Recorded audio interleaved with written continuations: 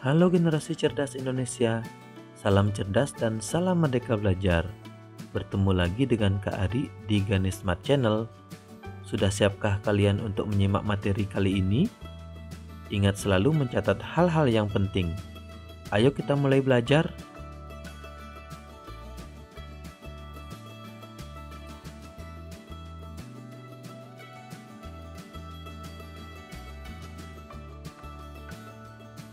Tahukah kalian apa itu perkembangbiakan generatif pada hewan? Ayo kita mulai dari perkembangbiakan generatif. Perkembangbiakan generatif adalah perkembangbiakan yang dilakukan melalui proses pembuahan atau fertilisasi, yaitu peleburan sel kelamin jantan dengan sel kelamin betina. Hasil pembuahan tersebut akan menghasilkan keturunan baru yang sama atau persis dengan induknya. Perkembangbiakan generatif dibedakan menjadi 3, yaitu yang pertama adalah ovipar atau bertelur, yang kedua vivipar atau melahirkan, dan yang ketiga adalah ovovivipar, yaitu bertelur sekaligus melahirkan. Masing-masing perkembangbiakan tersebut memiliki ciri yang membedakan satu dengan yang lainnya. Kita mulai dari yang pertama, yaitu ovipar atau bertelur. Perkembangbiakan ovipar yaitu perkembangbiakan pada hewan yang dilakukan dengan cara bertelur.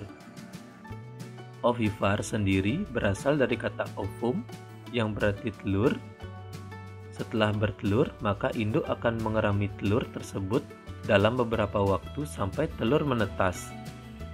Jadi, pertumbuhan dan perkembangan embrio hewan ovipar terjadi di luar tubuh induknya.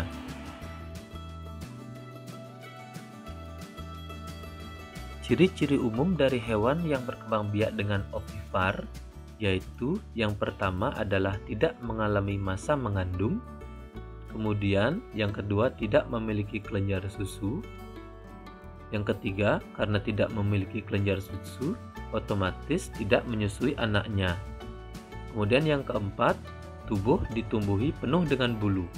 Seperti halnya pada ayam dan bebek, dapat terlihat bahwa tubuhnya dipenuhi dengan bulu-bulu halus. Kemudian yang terakhir, tidak memiliki daun telinga. Seperti pada ayam tidak memiliki daun telinga apa yang dimiliki oleh anjing ataupun kelinci.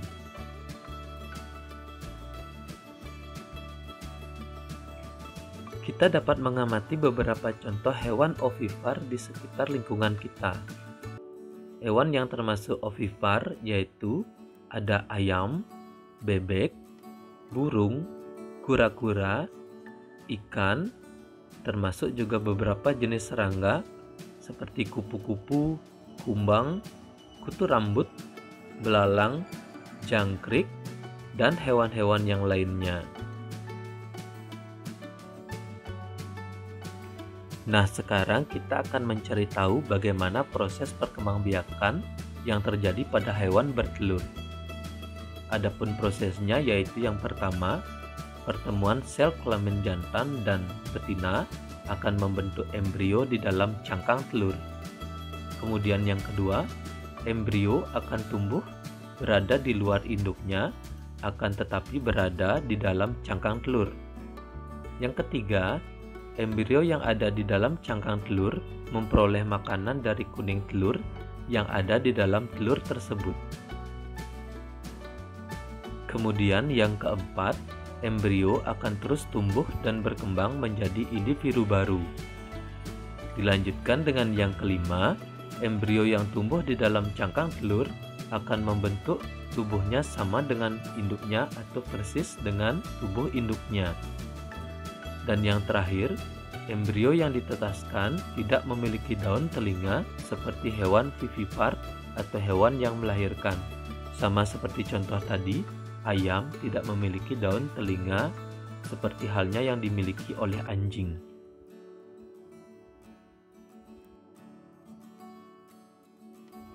Kemudian, perkembangbiakan pada hewan yang kedua yaitu jenis vivipar atau melahirkan.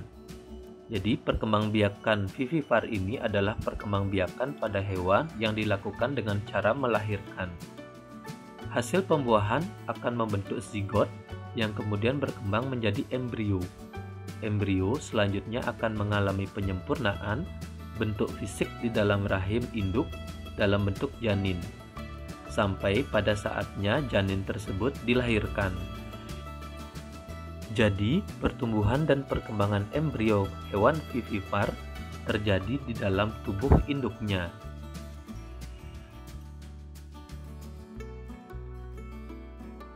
Perkembangbiakan jenis ini banyak dilakukan oleh hewan mamalia atau hewan yang menyusui.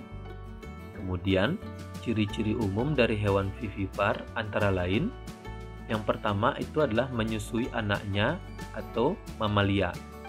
Ini dilakukan oleh hewan-hewan mamalia yang mempunyai indung susu. Kemudian yang kedua, mempunyai daun telinga. Inilah yang membedakan antara hewan vivipar dengan hewan ovipar.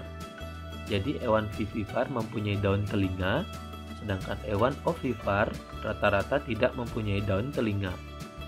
Kemudian yang ketiga, tubuhnya ditutupi dengan rambut. Membedakan dari hewan ovipar, kalau hewan ovipar ditutupi oleh bulu, sedangkan hewan vivipar tubuhnya ditutupi dengan rambut. Kemudian yang keempat, induk mengandung selama beberapa waktu.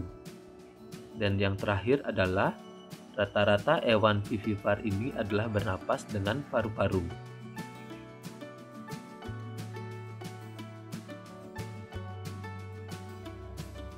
Banyak sekali contoh-contoh hewan vivipar yang bisa kita amati di sekitar lingkungan kita. Adapun contohnya yaitu sapi, kerbau, kelinci, gajah, harimau, singa, monyet, tikus, beruang, marmut, lumba-lumba, paus, singa laut, dan lain-lain. Jadi beberapa contoh hewan vivipar juga ada di lautan, seperti lumba-lumba, paus, dan lainnya.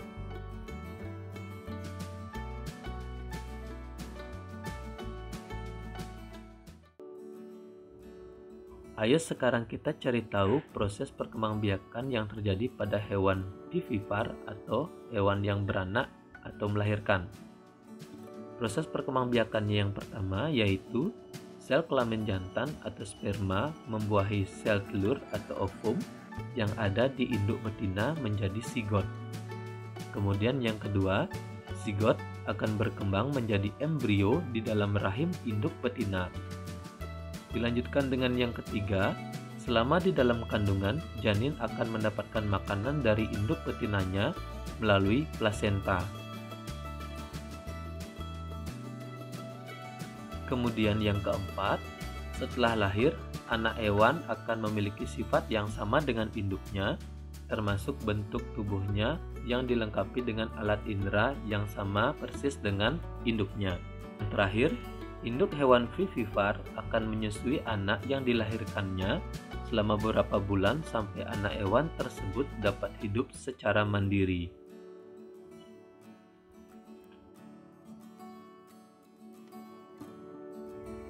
Jenis perkembangbiakan pada hewan yang terakhir yaitu ovovivipar atau bertelur dan melahirkan.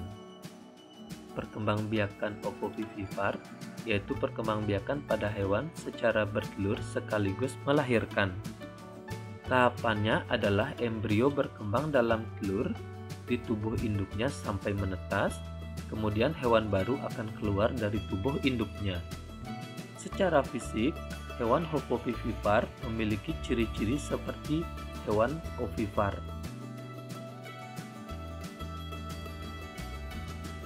Ciri-ciri dari hewan ovovivipar tidak mencolok seperti hewan vivipar. Adapun ciri-cirinya yaitu telur menetas di dalam tubuh induknya. Kemudian yang kedua, anak hewan dikeluarkan dengan cara melahirkan.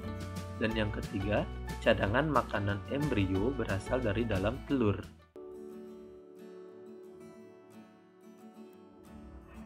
Hewan ovovivipar tidak banyak dapat kita amati di lingkungan sekitar kita. Adapun beberapa contoh hewan ovovivipar yaitu kadal, bunglon, iguana, kuda laut, beberapa spesies ikan hiu, dan juga ular-ular besar.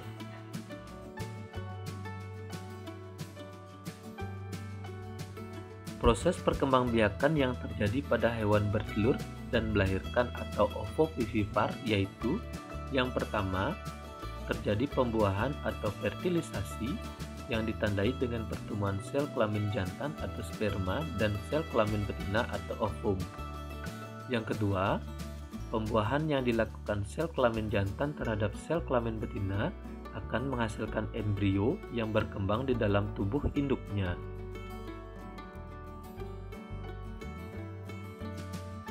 Kemudian yang ketiga, embrio akan tumbuh dan berkembang di dalam cangkang telur. Makanan yang diperlukan oleh bakal janin ada pada kuning telur. Yang terakhir, saat tiba waktunya untuk dilahirkan, telur tersebut akan menetas. Setelah telur tersebut menetas, anak hewan tersebut akan keluar dari tubuh induknya dan menjadi individu baru.